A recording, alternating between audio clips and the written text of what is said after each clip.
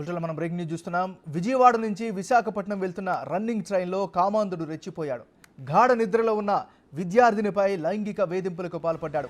అర్ధరాత్రి 2 గంటల సమయంలో పలుమార్లు తాకడానికి ప్రయత్నించడంతో అలర్ట్ అయిన బాధితురాలు నిద్రలేచి నిందితుడిని పట్టుకుంది. తోటి ప్రయాణికుల సాయంతో నిందితుడిని రైల్వే పోలీసులకు అప్పగించింది.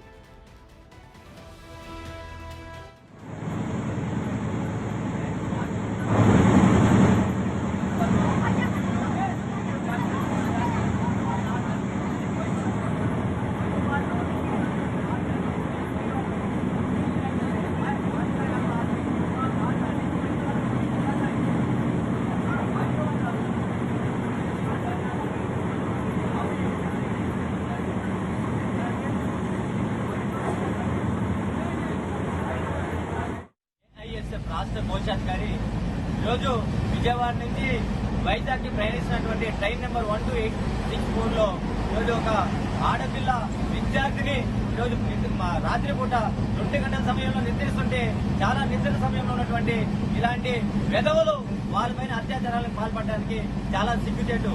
ఇక్కడ టీసీలు ట్రైన్ లో టికెట్లు చెక్ చేయడానికి పర్మిషన్ అవుతున్నారు, కానీ సెంట్రల్ సిబ్బంది ఇక్కడ కంపార్ట్మెంట్ లో వాళ్ళకి ఎలాంటి వసతులు ఉన్నాయి, ఏం జరుగుతున్నాయి, దొంగలు వస్తున్నారా, ఇలాంటి ఎదవలు వస్తున్నారని కూడా ఎక్కడ కూడా కంట్రోల్స్ లో విఫలం చెందారు. కాబట్టి కావున వెంటనే ఇలాంటి పనులకు పాల్పడకుండా ఉండాలంటే సెంట్రల్ సిఆర్పీఎఫ్ వాళ్ళు ఇక్కడ ఈ కంపార్ట్మెంట్ లో వెంటనే తగిన చర్యలు చేపట్టి ఎప్పటికప్పుడు డ్యూటీలు చేస్తూ ఉండే పద్ధతిలో ఏర్పాటు చేయాలని కూడా ఏఐఎస్ఎఫ్ గా మేము కోరుకుంటున్నాం.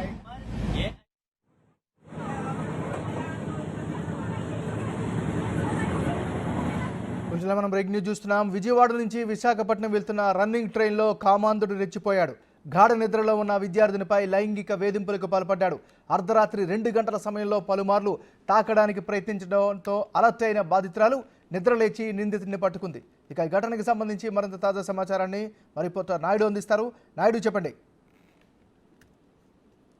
విశాఖలో దారుణం చోటు చేసుకుందని చెప్పవచ్చు. విజయవాడ నుంచి విశాఖ వస్తున్న రన్నింగ్ ట్రైన్ అయితే ఒక కామాంధుడు రెచ్చిపోయాడు. గాఢ నిద్రలో ఉన్న ఒక విద్యార్థినిపై పూర్తిగా అయితే పలుమార్లు చేతులు తాకడంతో ఆమె సైలెంట్ గా ఉన్న తర్వాత కూడా ఇంకా ఎక్కువగా రెచ్చిపోవడంతో పూర్తిగా అక్కడ స్థానికులు ఉన్న ప్రయాణికులు అయితే స్పందించి కామాంధుని పట్టుకోవడం జరిగింది. దీంతో తక్షణమే రైల్వే పోలీసులకు సమాచారం ఇవ్వడంతో పూర్తిగా వారిని అదుపులోకి తీసుకుని విశాఖ సిఆర్పీ పోలీసులు, సిఆర్పీఎఫ్ పోలీసులకు అప్పచెప్పారు. అయితే ఈ కేసుపై పూర్తిగా పోలీసులు అయితే దర్యాప్తు చేస్తున్నారు. అసలు ఏ విధంగా జరిగింది ఘటనపై పూర్తిగా అయితే ఆరా తీస్తున్నారు. తోటి విద్యార్థి సంఘాలైన తక్షణ స్పందించడంతో పూర్తిగా అయితే పోలీసులకి అయితే ఫిర్యాదు జరిగింది. పోలీసులు కూడా మరి కాసేపట్లో దీని మీద మనకి వివరణ ఇచ్చే అవకాశం కూడా ఉంది. నాయుడు, పోలీసులు ఏం చెప్తున్నారు? లేకపోతే బాధితురాలు ప్రస్తుతం తమ వెర్షన్ ఏంటి? మరి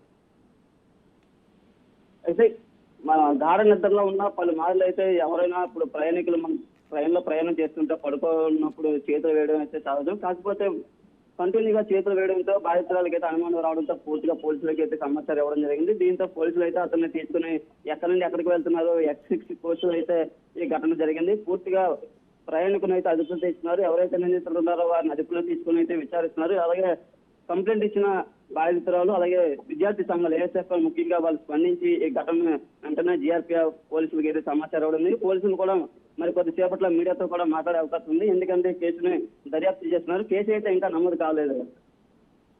థ్యాంక్ యూ నాయుడు.